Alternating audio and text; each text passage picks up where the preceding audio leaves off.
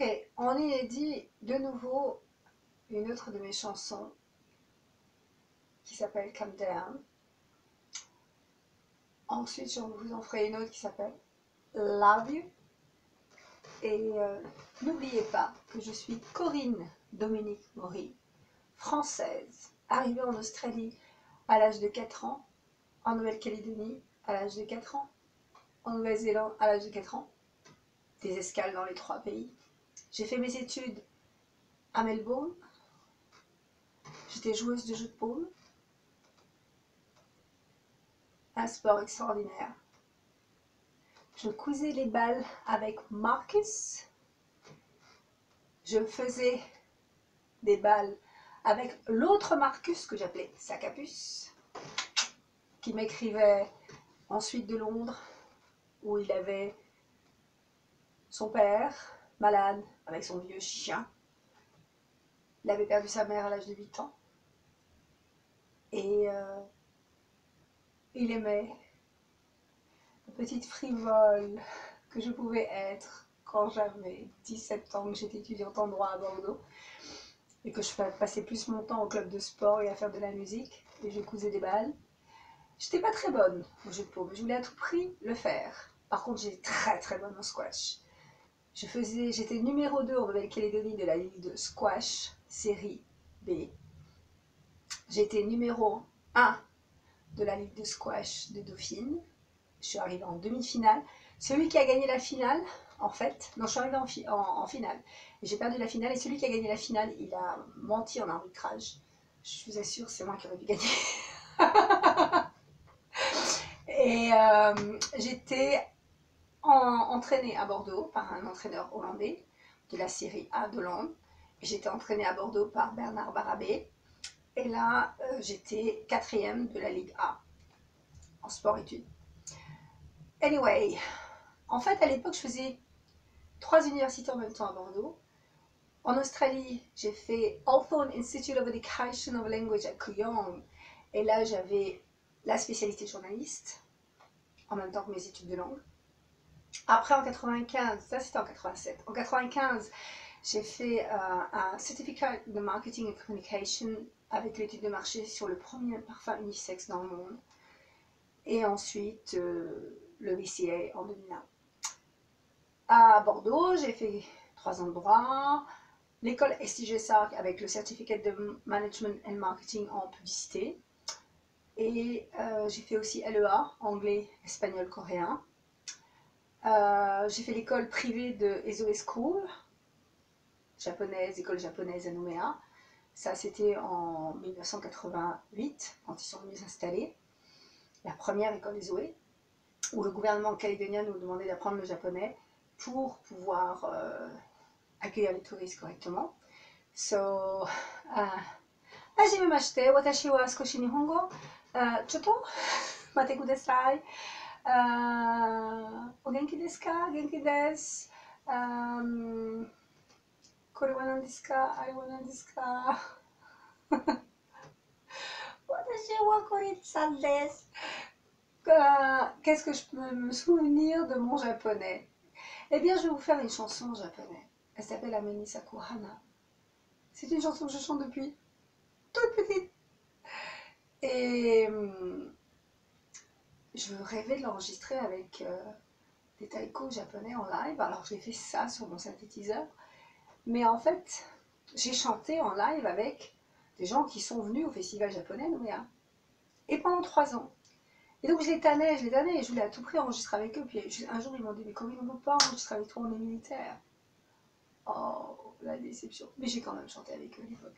J'ai été mannequin et modèle pour le magazine Popeye, Olive, Diver, de l'âge de 14 ans jusqu'à l'âge de 23 ans. Donc c'est pas Georgia, c'est pas Valérie, c'est pas Sabrina, c'est pas Samantha. C'était moi sur les photos. C'est sûr, j'ai pris un coup de vieux, j'ai 51 ans. Les photos datent de 1983. C'est pas Maëlle non plus qui est là-dessus, c'est moi. C'est pas non plus une Polynésienne qui s'appelle Tabata ou Tamara. En fait, sur ces magazines-là, ce que faisaient les équipes japonaises à l'époque, Il venait à Nouméa, il faisait un casting et il photographiait les filles. Moi, pendant des années, j'ai fait la pub Minolta, j'ai fait la mode pour le magazine Popeye et Olive. Et j'ai fait la plongée sous-marine parce que j'avais mes diplômes de 2e degré de plongée. Ensuite, ils allaient à Tahiti, ils allaient à Hawaï. C'est pour ça que beaucoup d'entre nous, les vieilles bites de 51 balais à 60 ans, nous avons été dans ces magazines et nous avons été sur tous les murs de Tokyo dans les années 80 à 90. Mais le premier grand mannequin qui a été prise et qui a commencé à tracer la voie pour tout le monde, c'était Brigitte Berger. C'était une femme qui était sublime, une ado sublime, que je remercie beaucoup parce qu'elle nous a ouvert la voie. Et dans la vie, il y a des gens comme ça qui ouvrent les voies et qui ne récoltent pas forcément le bénéfice de ce qu'elles ont tracé. C'est elle qui nous a ouvert la voie du Japon. Et je remercie Brigitte. Son premier fiancé, qui aurait dû être son mari, a été notamment Monsieur Gubé, mon prof de théâtre. Donc quand j'ai fait le Danon de Fédo et que j'étais le 2e rôle du Danon de Fédo, c'était Philippe Gubé qui était mon prof de théâtre et qui devait être le mari de Brigitte. Et en fait, ils ont eu un conflit religieux juste avant leur mariage et il a annulé le mariage. Et Brigitte, je ne sais pas ce qu'elle est devenue. En tout cas, ce que je peux dire, c'était que c'était grâce à elle qu'on nous a ouvert les portes du Japon.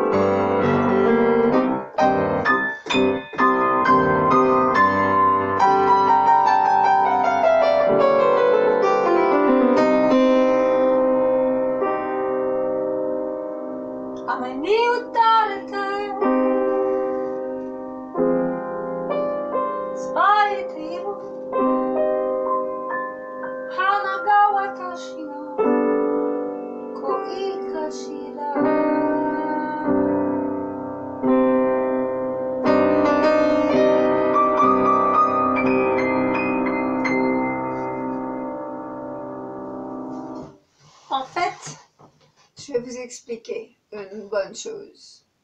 On m'a volé mes partitions au mois de juin. Dans un sac Spédidam. J'étais avec une jeune fille qui s'appelle Loriot, dans un bus, le numéro 31. Et les personnes qui m'ont volé ce sac ne me l'ont jamais rendu. C'est un sac Spédidam et à l'intérieur, il y avait des partitions, 2 classeurs, un jaune et un vert, un manteau en cuir, des chaussures, tout ça, ça a été volé. On ne me les a pas rendus. On m'a volé à Londres mon clavier et 2 valises avec tous les cadeaux que je m'étais achetés au château de Windsor. J'en ai pas fait don en humanitaire, j'ai pas les moyens de faire d'humanitaire. On me les a volés. Et ça, c'est Kathleen qui s'est gavée de toutes mes affaires et de toute ma vie. On m'a volé les 18 valises qui étaient dans 2 docks différents. Donc là, j'incrimine vraiment Charlotte et Tammy, parce qu'elles prennent vraiment des gens pour des cons. Je vois pas ce que ma Rolex fait au poignet de Charlotte. Quand mon cadeau d'anniversaire et mon colis est arrivé à Félix Fort, je vois pas pourquoi elle s'en est sucrée. Cette espèce de péronnelle qui passe son temps à perdre de l'argent au poker de tous les autres. C'est très facile de voler de l'argent pour aller jouer quand on n'a jamais gagné cet argent en question. Ensuite, Homebox aussi, mes affaires ont disparu. Je ne suis pas tahitienne et qu'est-ce que font mes affaires dans le dock de quelqu'un qui s'est sucré d'un compte pour payer son dock en me volant mon fric et en me volant mes affaires en plus. Et qu'est-ce que feraient mes affaires en Ouganda? Ça, je peux pas comprendre, je suis jamais foutu les pieds en Afrique. Je suis jamais allée, comme je vous l'ai dit, au Canada aussi. New York, j'ai jamais mis les pieds. La dernière fois que j'étais aux États-Unis, c'était en 1973.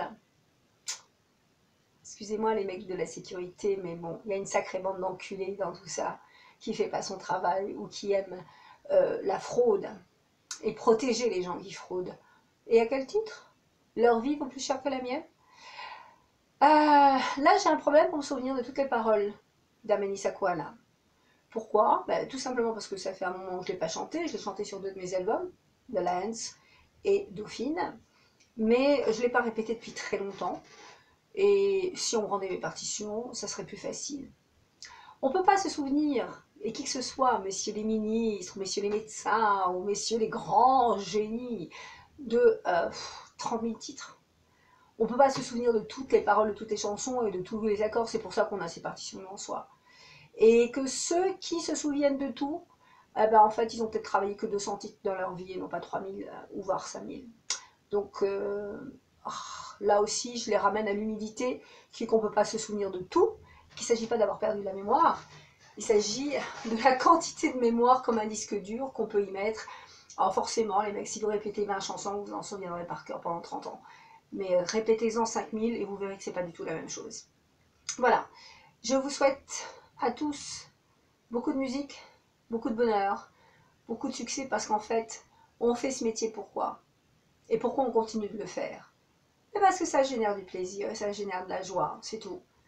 Le week-end dernier, j'ai terminé ma soirée à l'Enchanteur et je l'avais commencé au petit piano bar, tabac, karaoké qu'il y a le vendredi et samedi soir dans une petite ruelle au début de la rue Saint-Denis à Châtelet. Je vous conseille à tous d'y aller, c'est une ambiance de folie, on s'est éclaté, on s'est amusé. Et la vie, c'est aussi pour ça. On a le droit de s'amuser dans la vie, on n'est pas là pour prendre tout à la dramatique. Et alors, je vous conseille de venir ce samedi soir, parce que on va chanter ma philosophie I Will Survive comme si on était encore à l'heure du foot et de la réussite. La chica de Cuba pour faire danser un peu tout le monde. Et je serai là-bas pour participer comme les autres, pendant toute la soirée au chant et à la fête. Venez nombreux. Le DJ qui anime ce soir-là est quelqu'un de très très très sympa. La semaine dernière, on a découvert des voix extraordinaires. Je donne rendez-vous à Monica d'ailleurs, hein. Comme ça je lui offrirai un verre de vin rouge ou une bière et puis qu'on repasse encore une merveilleuse soirée. On a fait danser toute la boîte et on a fait danser même la rue. Les gens qui étaient dans la rue, qui entendaient la musique, ont eu un esprit festif aussi. Et dans les circonstances de vie que nous avons en ce moment, eh bien, on n'est pas là pour vivre nos derniers instants de vie en faisant la fête. Mais un peu de bonheur, ça fait pas de mal. Un peu de fête, ça fait pas de mal.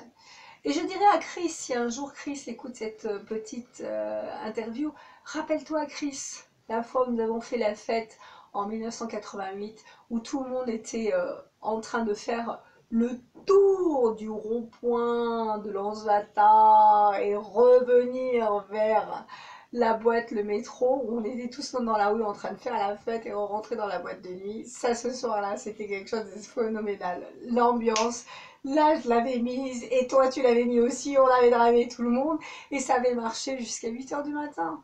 Voilà. Ça, c'est des choses qu'on a aussi en soi. Pouvoir considérer que la vie, c'est aussi un bonheur et c'est aussi pour en profiter et faire la fête. Voilà. Et pas une fête au détriment de briser ou de casser, c'est juste pour s'amuser avec une unité générale. L'époque où nous, les anciens enfants du Club Med, il n'y avait pas de religion, de race ou d'histoire X ou Y, de limitation, de connaissances. On avait des copains, on avait des gens qu'on aimait bien, des gens qu'on n'aimait pas. C'était vachement plus simple qu'aujourd'hui. Voilà.